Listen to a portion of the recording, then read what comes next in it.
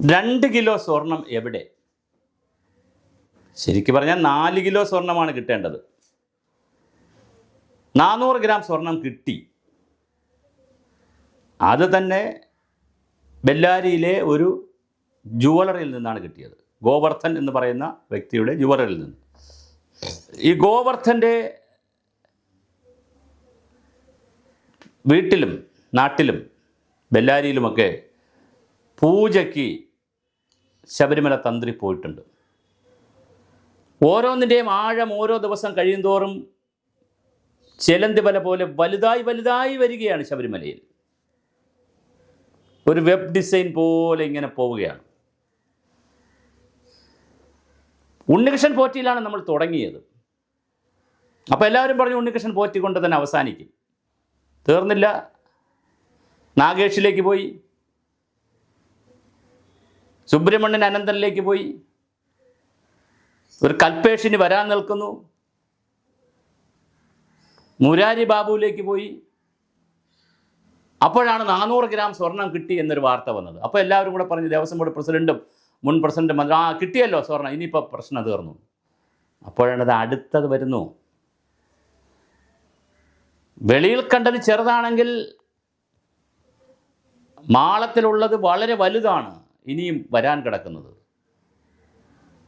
ചെറിയ മീനുകൾ മാത്രമേ കുടുങ്ങിയിട്ടുള്ളൂ, വലിയ മീനുകൾ കുടുങ്ങാനുണ്ട്. അന്താരാഷ്ട്ര തലത്തിലേക്കൊക്കെയാണ് സ്വർണം പോയിരിക്കുന്നു എന്നാണ് കേൾക്കുന്നത്. അങ്ങനെയാണെങ്കിൽ അത് ഇൻ്റർപോളിൻ്റെയൊക്കെ സഹായമില്ലാതെ ഇത് പിടിച്ചെടുക്കാൻ പറ്റുമോ? കേരളത്തിന് പുറത്തേക്ക് ഉള്ള 3 സംസ്ഥാനങ്ങൾ,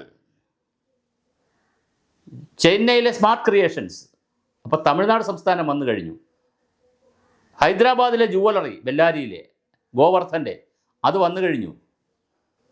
ബാംഗ്ലൂരിലെ ജുവലറി, ബാംഗ്ലൂരിലെ ശ്രീരാം അയ്യപ്പ ക്ഷേത്രം, അങ്ങനെ വളരെ വ്യത്യസ്തമായി 3-4 സ്റ്റേറ്റുകളുമായി, ഹൈദരാബാദുമായും ബാംഗ്ലൂരുമായും ചെന്നൈയുമായും കേരളവുമായും ഉണ്ടൊക്കെ വളരെ വ്യത്യസ്തമായ 3-4 സ്റ്റേറ്റുകൾ ബന്ധപ്പെട്ടിരിക്കുന്നതാണ്. അതിനിടയിൽ PM ശ്രീകാർ വന്നപ്പോൾ ശബരിമല പോകുമെന്ന് വിചാരിക്കേണ്ട. ശബരിമല ഉണ്ട്, ലൈവാണ്. അതിൽ CBI അന്വേഷണം വേണമെന്നും CAG ഓഡിറ്റ് ചെയ്യണമെന്നൊക്കെ പറഞ്ഞ് വലിയ വിവാദം നടക്കുന്നുണ്ട്. പക്ഷെ എന്തായാലും ശബരിമലയുടെ കേസിൽ അടുത്ത ടേണിലേക്ക് പോവുകയാണ്. ഗോവർദ്ധനിലും നിൽക്കുന്നില്ല കാര്യങ്ങൾ. കാരണം 400 ഗ്രാം സ്വർണമേ കിട്ടിയിട്ടുള്ളൂ, ബാക്കി സ്വർണം എവിടെ? അപ്പോഴാണ് തന്ത്രിയും ഗോവർദ്ധനുമായിട്ടുള്ള ബന്ധം, ഗോവർദ്ധനും ഉണ്ണികൃഷ്ണൻ പോറ്റിയുമായിട്ടുള്ള ബന്ധം.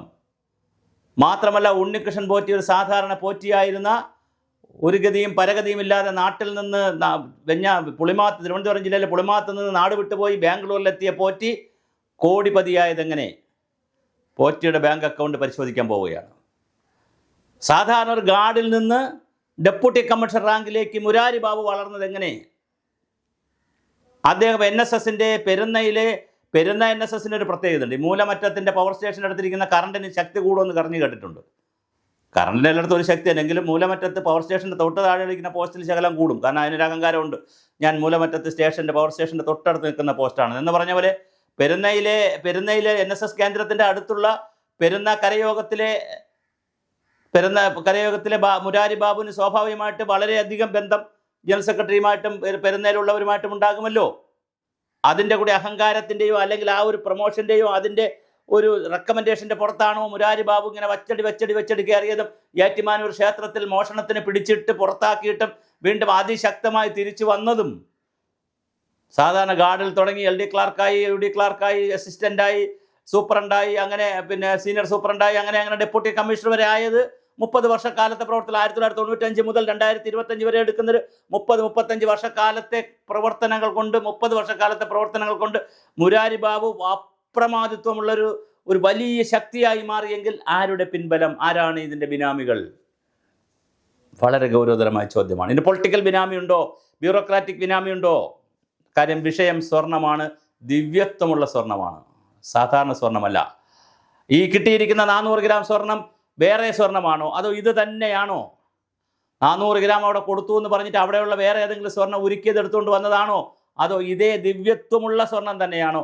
അതോ ഈ ദിവ്യത്വമുള്ള സ്വർണത്തെ മോതിരമാക്കിയും മാലയാക്കിയും വളയാക്കിയും പല രൂപത്തിലേക്കാക്കി പൊട്ടാക്കിയും ഒക്കെ മറ്റ് സ്ഥലങ്ങളിലേക്ക് കടത്തി കോടികൾ ലക്ഷങ്ങൾ സമ്പാദിച്ചുവോ ആരെങ്കിലുമൊക്കെ? വലിയ ചോദ്യങ്ങളാണ് ശബരിമലയുടെ പിന്നിൽ നിൽക്കുന്നത്. അത് തണുക്കുന്നൊരു ചോദ്യമല്ല.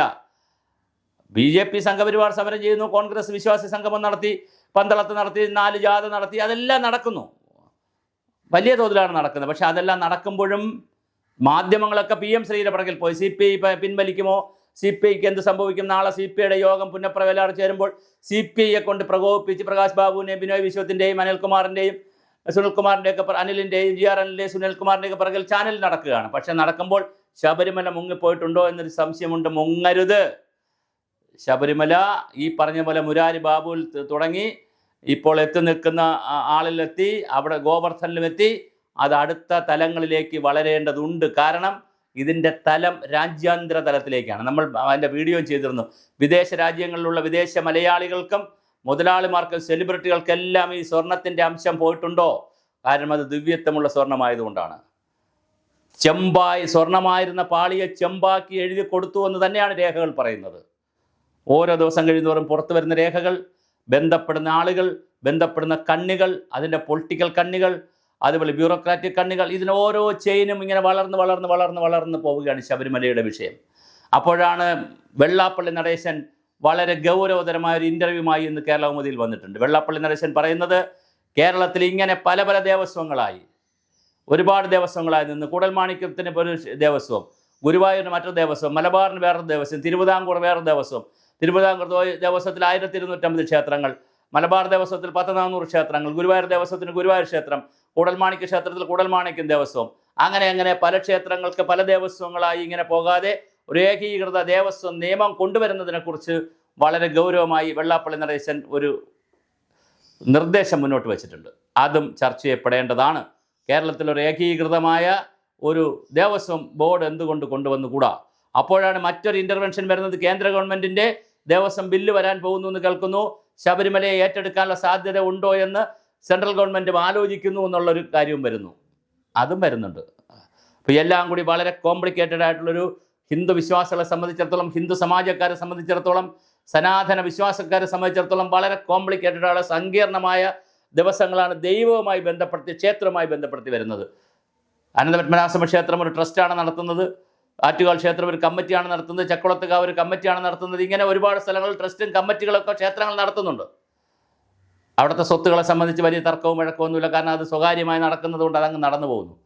പക്ഷേ തിരുവിതാംകൂർ ദേവസ്വത്തെ സംബന്ധിച്ച് തിരുവനന്തപുരം പഴവങ്ങാടി ക്ഷേത്രത്തിൻ്റെ 2.5 സെൻറ്റ് മുതൽ, അല്ലെങ്കിൽ ഹനുമാൻ ക്ഷേത്രത്തിലെ 41 സെൻറ്റ് മുതൽ, ഇനി വടക്കോട്ട് പോയി കഴിഞ്ഞാൽ 100 കണക്കിന് ക്ഷേത്രങ്ങളുടെ വസ്തുവില്ലാതായ കഥയും, ഭണ്ഡാരങ്ങൾ അടിച്ചു പോകുന്ന കഥയും, ഏറ്റുമാനൂർ ക്ഷേത്രത്തിൽ അടിച്ചു പോകുന്ന കഥയും, ആ ക്ഷേത്രത്തിൽ അടിച്ചു മാറ്റിയവനെ ശബരിമലയിൽ മുരാരി ബാബുവിനെ ശബരിമലയിൽ ഡെപ്യൂട്ടി കമ്മീഷണറാക്കിയ കഥയും ഉൾപ്പെടെ വളരെ സമഗ്രമായ ഒരു വൈറ്റ് പേപ്പർ ഇറക്കുവാനുള്ള, ധവളപത്രം ഇറക്കുവാനുള്ള എല്ലാ കോപ്പും ഇതിനകത്തുണ്ട്.